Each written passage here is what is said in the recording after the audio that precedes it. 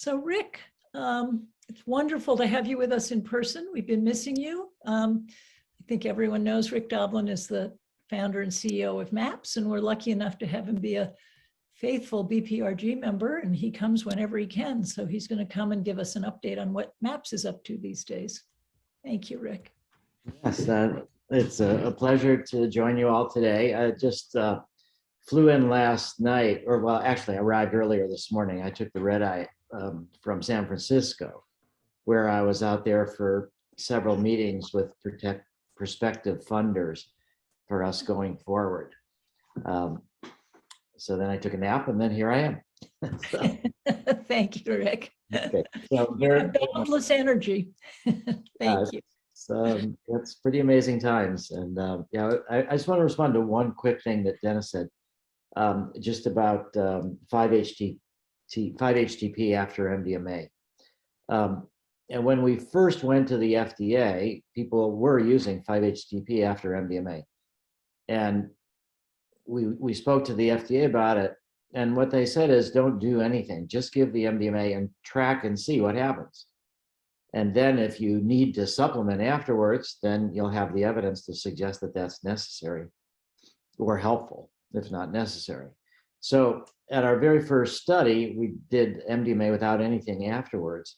And what we find with the overnight stays and the day of more integration work the next day, and the sense that the next day is more for rest and not to rush into things, not to have appointments, we never felt the need to go back to 5-HTP or to even start that.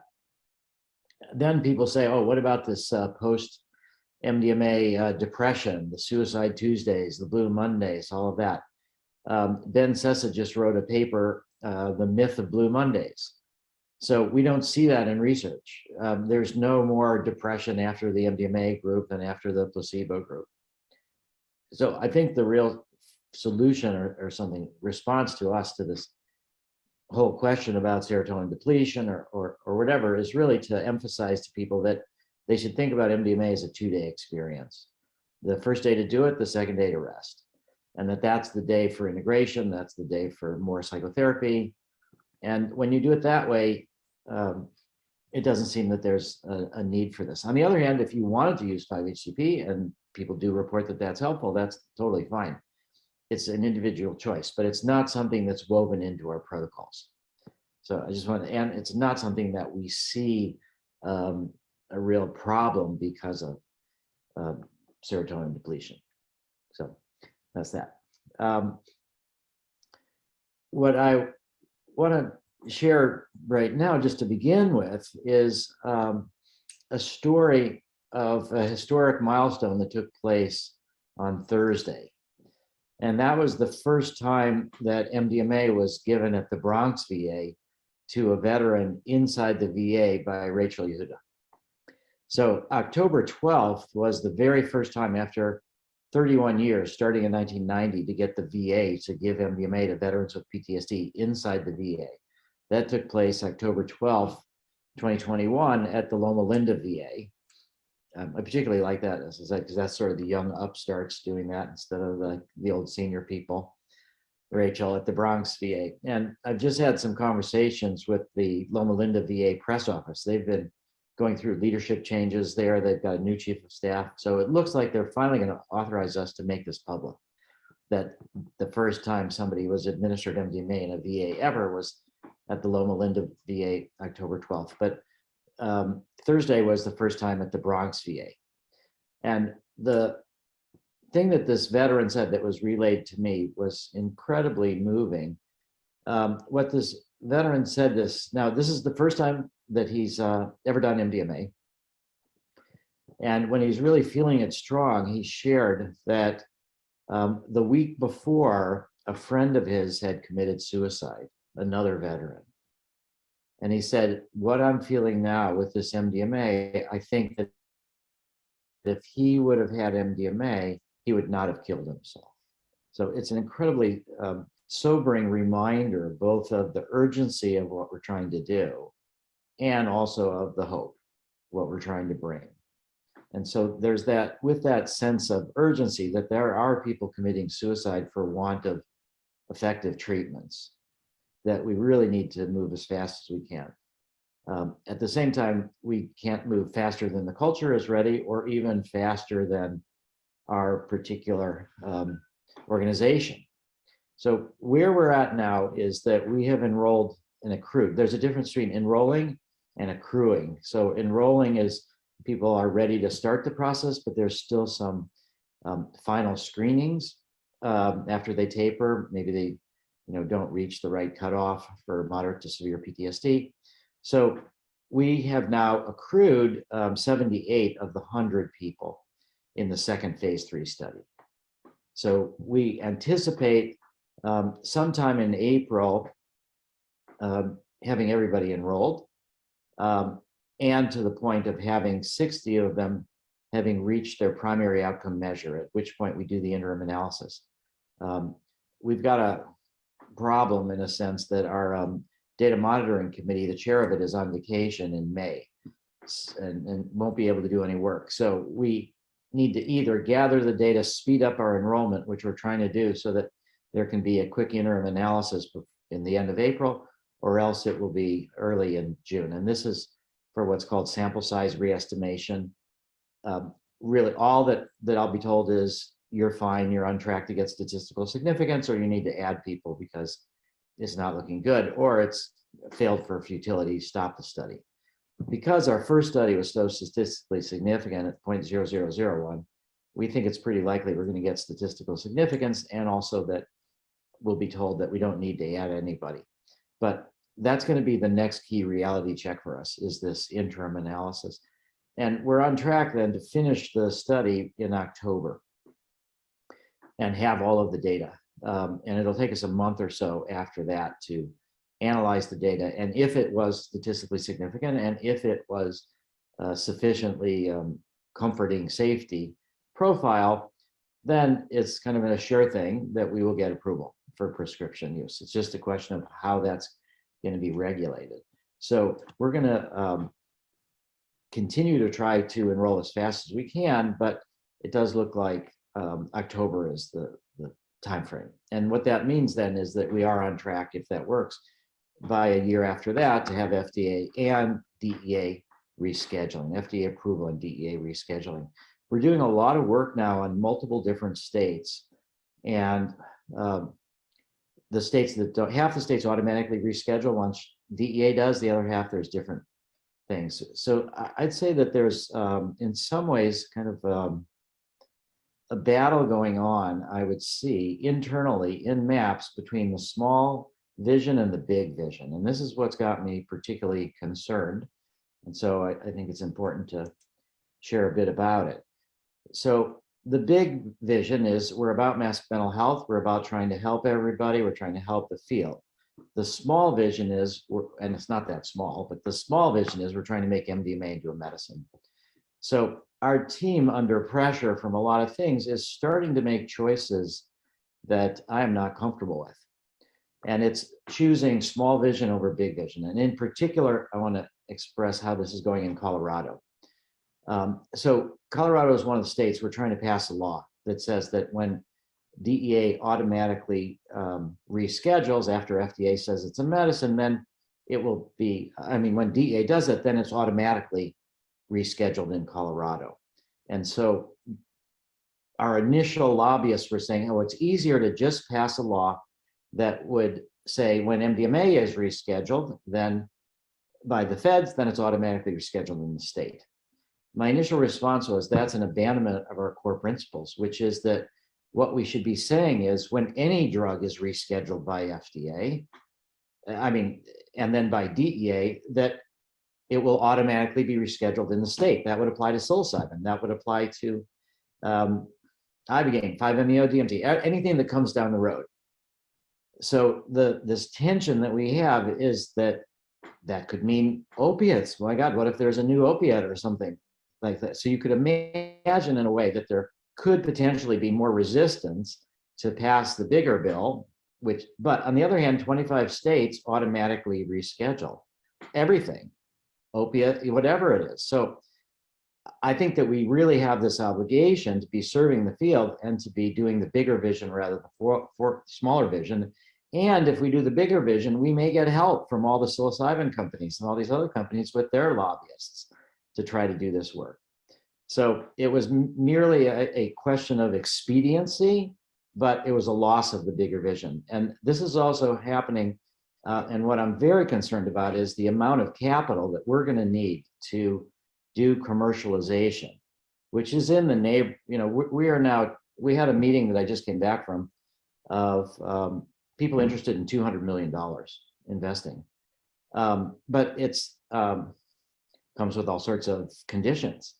And what it involves is hiring a super duper luminary who this group is suggesting would get paid $3 million a year, would earn $30 million over 10 years to lead this kind of commercialization effort. You know, plucking. So it's again, I think the myth of just pick somebody who's done this in the traditional way and they'll be able to guide us in this new way with MDMA. So the worries are this balance between quality and quantity of therapists. I'd say that is the biggest concern. How do we incentivize whoever this is? Now, we're currently doing this hiring process internally. And if we were talking next week, we think that we're going to finalize a contract with someone who actually is here up in the Boston area to handle a chief operating officer for the Public Benefit Corporation.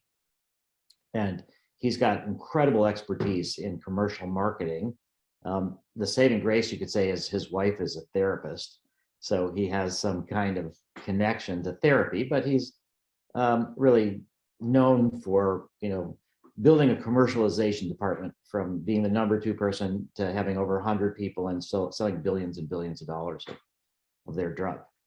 And so he's interested in taking on MAPS, Benefit Corp, and running the commercialization from that. So he's thinking over our offer. We're going to hear from him in the next few days. And this could be a dramatic sense of the competency that we're trying to bring.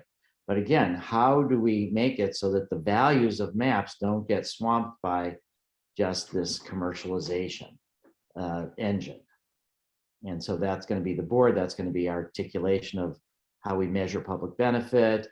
But there's more and more of this sense of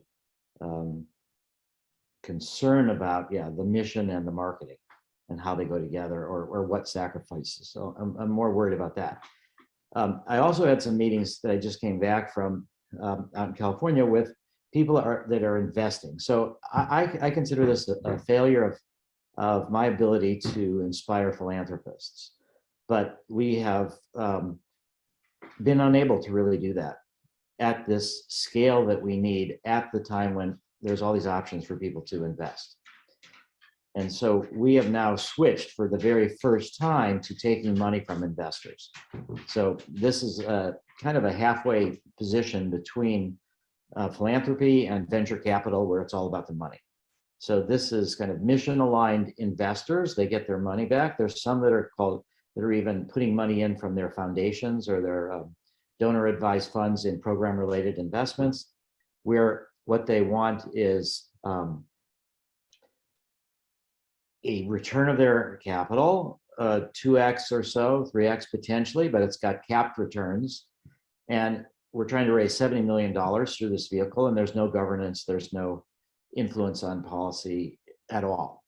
And it's only on North American revenue. So basically what we're doing is we're trading $70 million in to give 6.1% of our revenues in Canada, the United States, and Mexico for MDMA sales. So it doesn't include marijuana, it doesn't include anything we might do with ibogaine or anything else. And it's limited to North America. The potential is that for the $70 million, people could get back 150, 200 million for 10 years, something like that. So it definitely is taking that money out of the hands of the organization to do humanitarian work, to do whatever else are mission related, but it's a trade-off that we think to make. Now, when we talk about 6.1% of revenue, it's important to realize that that's actually around 15% of profits, because there's the cost of doing business. So for $70 million, we're trading away around 15% of the profits. So, and from North America, not kind of, so these are the kind of trade-offs that we're having to make. And at least with this Vine deal that we're talking about, it's this group Vine Ventures. So that's how we're calling it. And they're putting in 13 million. So we have about 30 million of this already accounted for. We had meetings with several people that we'll hear in the next couple of weeks if it gets up to 50 million. If we get 50 million, we're very certain that we can get it up to the full 70 million. And that's sort of where we think that would potentially give us enough money to do the research in Europe and to take this all the way to the new drug application process. But there's a lot of other things that we want to do. We want to start efforts to commercialize in Europe, and also we want to do other indications of MDMA. So we're figuring that we need another 70 to 100 million or 130 million in addition to this, in order to just globalize MDMA for PTSD, not just in wealthy countries, but also around the world. So we've reached a crisis point, I would say, at the Public Benefit Corporation, where the magnitude of the job of preparing for commercialization, completing the phase 3, has reached the point where we are also competing with a lot of for-profit companies, psychedelic companies, hiring our staff away, offering greater salaries. We just had one person leaving MAPS because he was offered a much higher salary somewhere else. So we're sort of short-staffed for what we need to do. So the Benefit Corporation has basically said that in order to make sure what they need, to succeed in what they do with the current staffing shortages, that the Israeli-Palestinian conflict resolution study, Israelis and Palestinians who do ayahuasca and MDMA together, couples therapy research, the work that we're trying to do in South Africa, Rwanda, Bosnia, Armenia, all of that is having to switch to MAPS, and I have to hire new staff at MAPS to run this. The Benefit Corporation can no longer handle it based on what they see as their responsibilities and also their short-staffed nature. So I see this as kind of a several-year situation of moving a lot of anything that's not directly related to commercializing MDMA for PTSD and doing the research both in the US, Israel, Canada, and Europe is off the table for the Benefit Corp, and it's going to be switching to MAPS. So it was like that until December 2014 when we started the MAPS Public Benefit Corp. It was all out of MAPS anyway. But it means that I have to build new staff to do these humanitarian projects.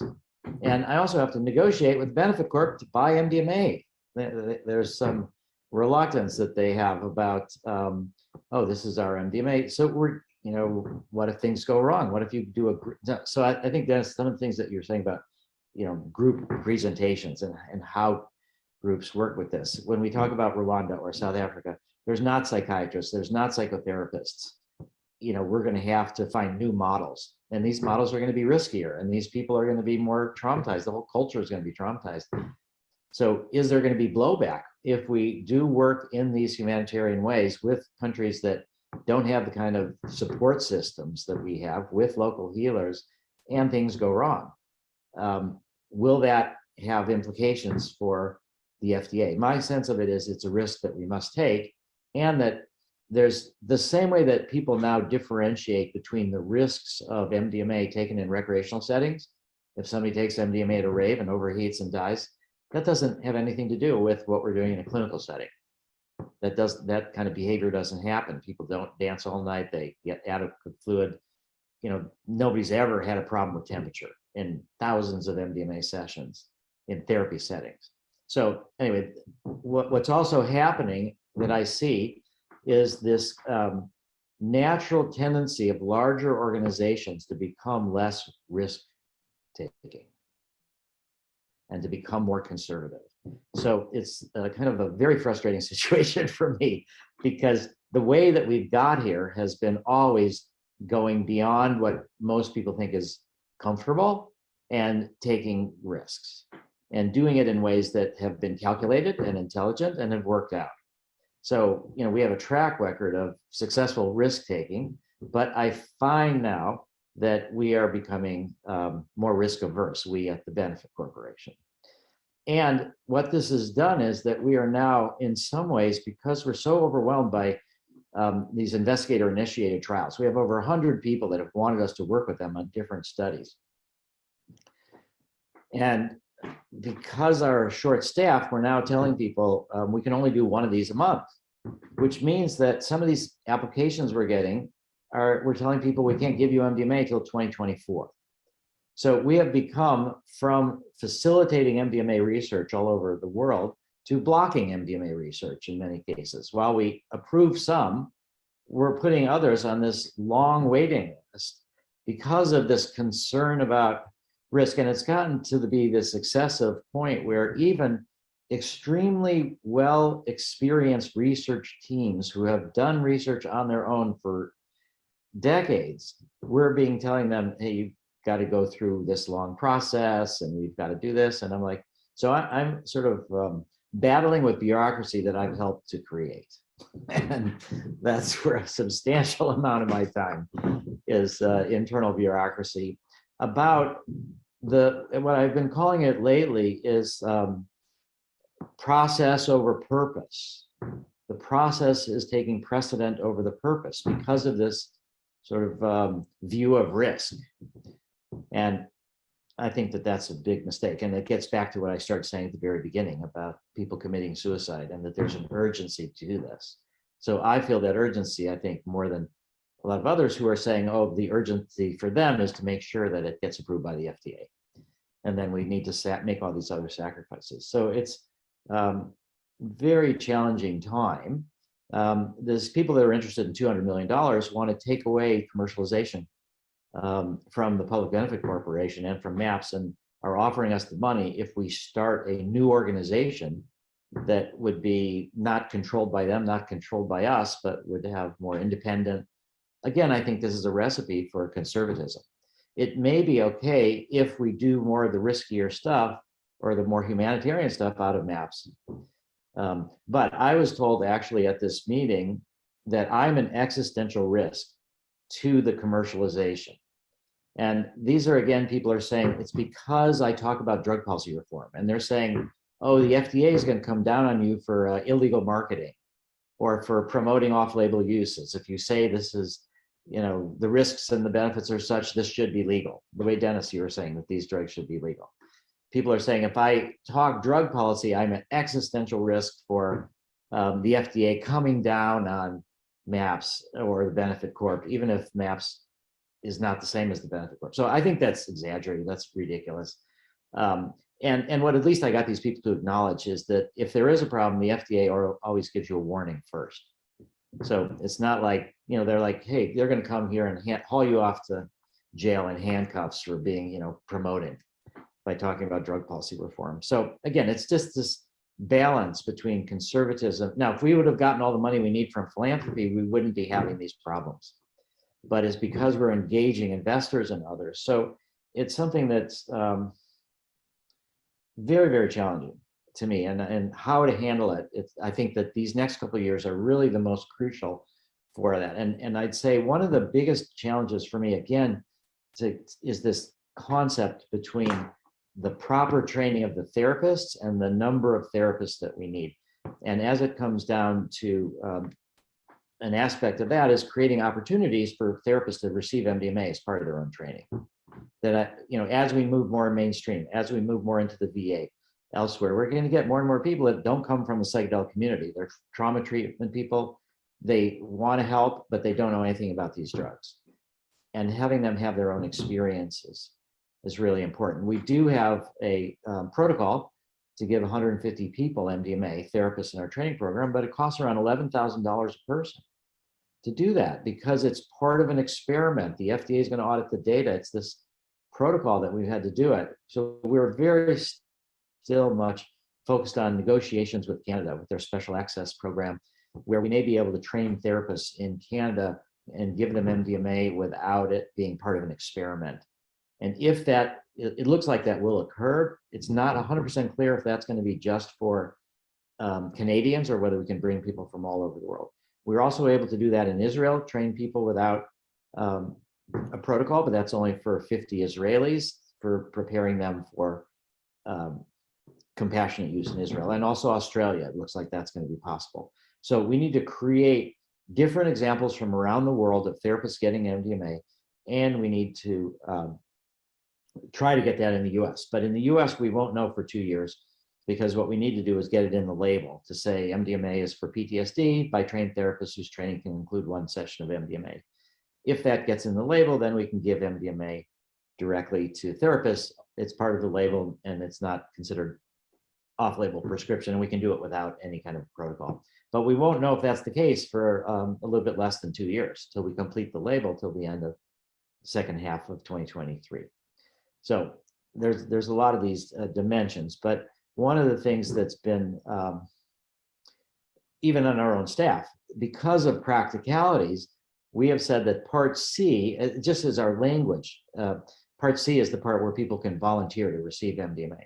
And what we've said is of the 44 people that are going to be working on expanded access, only one of them has taken MDMA in our setting. And we've said, oh, they've passed Part C because they've had some other form of non-ordinary state experience. And I'm saying that's not passing Part C. You know, you can have a ketamine experience for 2 hours and you've had a non-ordinary state. That's the same. That's not even close to the same as taking MDMA as a patient.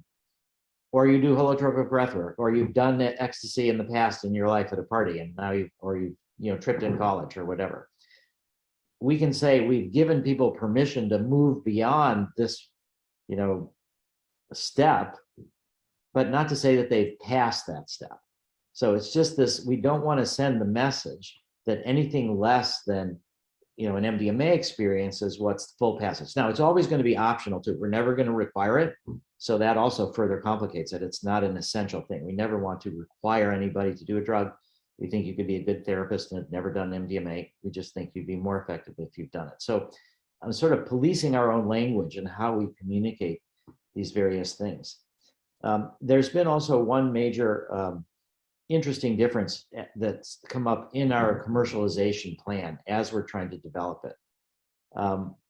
And that is that for the longest time, my whole idea has been that once MDMA becomes a medicine, that it is only delivered by trained therapists, only under direct supervision, and the MDMA is prescribed to the treatment center, not to the patient, so that there's no concerns about diversion. It's just always, directly to the center, and people do it at the center. No concerns that people might do it on their own, anything like that. But practically now, getting a controlled substance prescribed by prescribers and then given to therapists to hold for the patients to come is also legally problematic. So our team has now suggested, and we are now going to the DEA to see if the DEA would be comfortable with MDMA being prescribed to the patient at home, and then they bring it into the treatment center.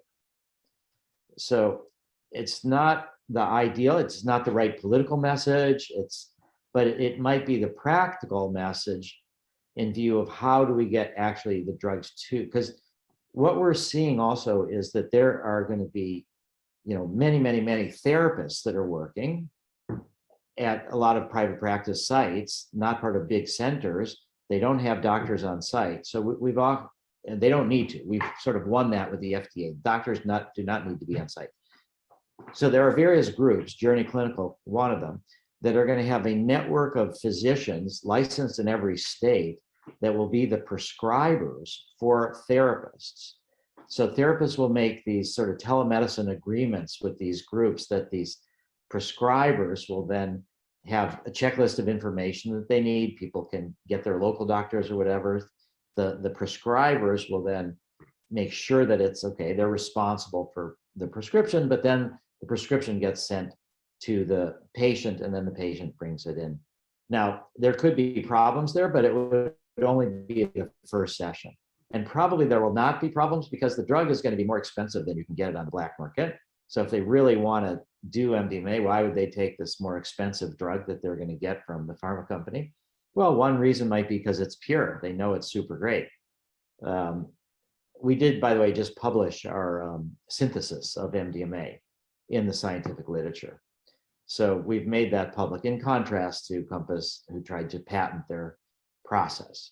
So that was part of our sort of open science. So that's been published. So how this is going to maneuver, there's going to be so many different issues like this as we go forward. So we're trying to figure out, the most important thing we're trying to figure out is, how do we actually require therapists to be trained before they can administer this, and who provides that training? So we're looking at the various levers of the label, the REMS, the risk evaluation mitigation strategies, or what power the company, any kind of sponsoring company, may have to require certain kind of training before they'll prescribe it to anybody. So we're taking lessons from the medical devices, where there are a bunch of medical devices that the people who are going to use them get trained by the sponsor, and only when they're trained can they use these devices on their own. So that's sort of the same analogy, that this is, it's not a device, but it's MDMA. You could think of it as a device, and they should have this special training. So where we get that enforced, and we don't want it to be where we're the only ones doing the training. We want this training to be embedded in schools of psychiatry and schools of psychology and other training programs. We just want the content to be delivered. It doesn't have to be delivered by us. So I think that that's the mechanism that we're trying to figure out. How do we actually require that, so that we can make sure that once this is approved, it's not like Wild West and everybody gets it for other things. The other issue I'll just say that's, I think, for me, really important is the Adolescent Study. So what the FDA has told us is that once we succeed in adults, we must do studies in adolescents with PTSD, 12 to 17-year-olds. But we don't need to do that for a while. And we get an extra 6 months of data exclusivity for doing the Adolescent Study. It doesn't even have to succeed. You just have to do a study in adolescents. If it shows it doesn't work, you still get this 6 months data exclusivity extension. So we've currently got it planned for a couple of years after the drug is approved. The more I've been thinking about it, the more it's clearer to me that for both compassionate and political reasons, we need to do it right away. If we look at Epidiolex, the CBD for childhood epilepsy, that changed everything around popular understanding of medical marijuana. Once you saw little children getting CBD for their seizures, and this was on Sanjay Gupta and CNN, it was really a powerful transformation of cultural attitudes. And so I think when we start helping people's children who are traumatized, on the one hand, there's going to be people saying, stay away from this, too controversial, so I already see that. The other thing is, it's like goes after the heart of the drug war, protect kids from drugs. But it also strikes at, I think, real compassion. So anyway, it's like, where are these decisions going to be made? When we bring in these commercialization people, how much are they going to be instructed by the board? How much is this going to be people that we brought in from outside that think about drug development, but don't think about it in combination with drug policy reform? So I think the way that Dennis was also talking about, these drugs should be legal. And that's what I started talking about at the very beginning, this broader rescheduling for everything, or instead of just rescheduling for MDMA in the States. And so the broader is this drug policy reform, even at the possibility that it hurts the business model, which I don't think it will. I think it'll destigmatize and make more people. So there's just so many challenges coming up ahead. But I do think that we're gonna raise the 70 million, very likely. We're gonna get this incredibly great person with expertise in commercialization, and we'll know this week if it's finalized. We've got people offering us $200 million. We've got other people offering us $200 million in Europe and different things. So, but again, all from investors. So it's a quandary for me. It's a dynamic, changing situation, and the main thing is to get these treatments out to patients, and that will have a natural filtering effect towards changing cultural attitudes. So all this to say, the other last thing is just group therapy. That's a really big factor, both in the US and internationally. And so here we've been frustrated by the FDA. It was November 8th that we submitted a protocol to the FDA for group therapy that would be at the Portland, Oregon VA. And the FDA has not responded to that protocol. They just a couple of weeks ago sent us a message saying they've not approved. Their silence should not be interpreted to mean approval. They're legally bound to reply within 28 days once you submit it. And if you don't hear from them, you can assume the protocol is approved. But it's hard. So we are trying to go forward to get the DEA approval for the Portland, Oregon site.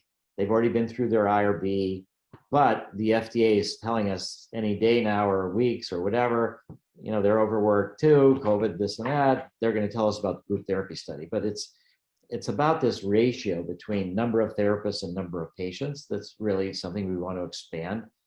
We want to have fewer therapists per patient in the group therapy, obviously, to reduce the cost and try to use it. So we're kind of stalled out there for a little bit on the group therapy. But overall, despite the fact that I've spent a lot of my time whining, I'd like to say that I'm very hopeful and optimistic, and the results are continuing to come in great. And so it's just a whole series of worthy challenges coming up ahead. Wow, amazing, Rick.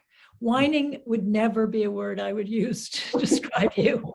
Maybe a little subdued. You're dealing with huge, huge issues and you're making a huge input.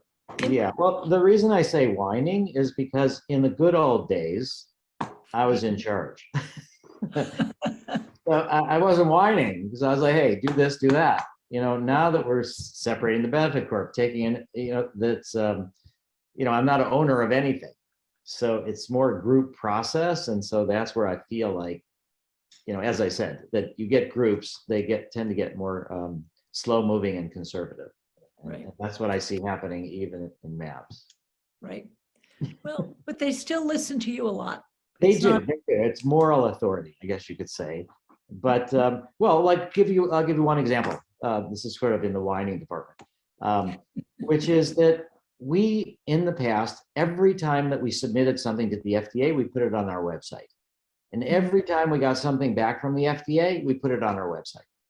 And that's our story. And we're contributing all of this regulatory information to the public. No pharmaceutical company does that, but it's a good thing to do. But now the benefit corp, there's people saying, well, we don't want to do that. What if the FDA says bad news or you know, says stuff that we think is wrong? We don't want people to think, oh, this is, you know, because we have fought back on the FDA multiple times.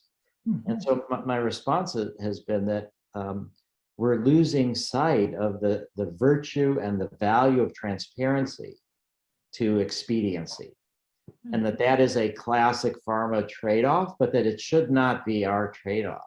Mm-hmm. But it's the transition from being entirely philanthropically funded to taking investors to having an organization of people that say, well, you know, how important is this transparency? So there's going to be a lot more slow moving levers through the board of directors down through, instead of just like, do this, do that. So that's part of this, trying to make sure that the values continue as we move forward as much as we can. Well, thank you so much for your moral leadership and all the other leadership. It's amazing. We are getting close to the end of our time. I don't think I can open it up for questions. I just so appreciate you hanging out with us, especially after being on the red eye last night, Rick. Oh. And we look forward to when we can be together in person. Yeah, that would be great. So hard to end this, but we've been together a long time, most of us. Thank you to everyone who's hung in there. And thank you so much to everyone who's contributed. I just want to leave with reminders. Our next meeting is March 20th. We have Raquel Bennett, who's going to be talking to us about ketamine-assisted psychotherapy. And then on May 15th, we're going to have a discussion around the role of insurance in psychedelic therapy that's going to be led by our BPRG members, Dr. Dan Rome, and attorney Jim Roosevelt and Leah Mix. So we'll look forward to seeing you at those, and we're getting organized around our July and September. As always, if you have ideas of people or topics you'd like discussed, we'd like to hear from you. So many, many thanks to Sherry for making this happen, to the board that keeps the BPRG going, and to everyone who presented today. What an amazing meeting. Thank you. And to Anne Thank you, Mary. and Sherry and all of you put together. Thank you. Thank you, Dick, for being with us. And Dick, yep.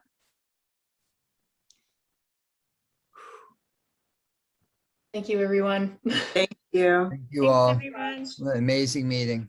That was wonderful. Bye, Mark. Bye, Sherry. Thanks, everyone. Yeah, thank you, Dana. Bye-bye. Bye-bye. You're all the best. Thank you. Thanks, everyone. Thank you, Anne. Thank you, Penelope. Nice to see you. Yeah, thanks, everyone. That was absolutely super. Really, really good. Thanks. Thank you, Paul, for your support.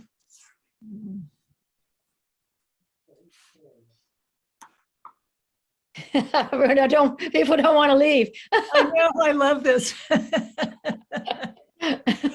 Uh-huh.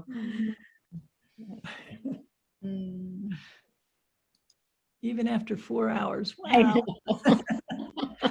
So Mary, your wall and Rick's wall match. I saw that. Is that a new color? Oh, no, You're no, in no. the this dining is- room, Rick.